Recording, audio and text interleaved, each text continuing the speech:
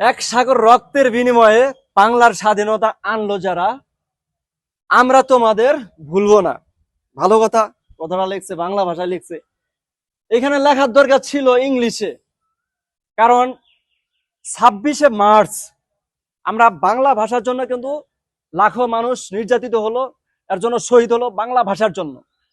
এখানে আপনি ইংলিশে লিখে দিলেন যে এক সাগর রক্তের বিনিময়ে বাংলার স্বাধীনতা আনলো যারা, আমরা তাদের ভুলবো না। আজ যত দিবসগুলো আছে বাংলাদেশে সব ইংলিশে কেন পালন করা হয়? আজ এই ভাষার জন্য, বাংলা ভাষার জন্য জীবন দিল।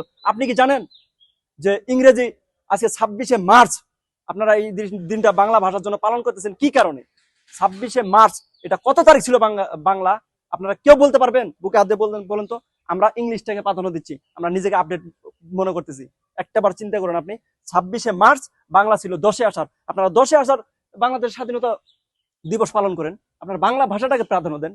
তাতে আপনারা 16ই ডিসেম্বর সব ইংলিশের আপনারা প্রাধান্য দিচ্ছেন কি? মানে দেশের কি মানে ভাবমূর্তি এতটাই নষ্ট হয়ে গেছে।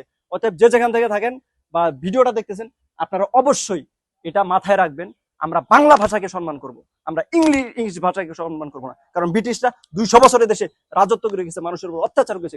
আমরা এখনো তাদের তারিখটাকে আমরা মানে ইংরেজি তারিখকে আমরা পালন করতেছি। ধন্যবাদ, ভালো থাকবেন, আসসালামু আলাইকুম।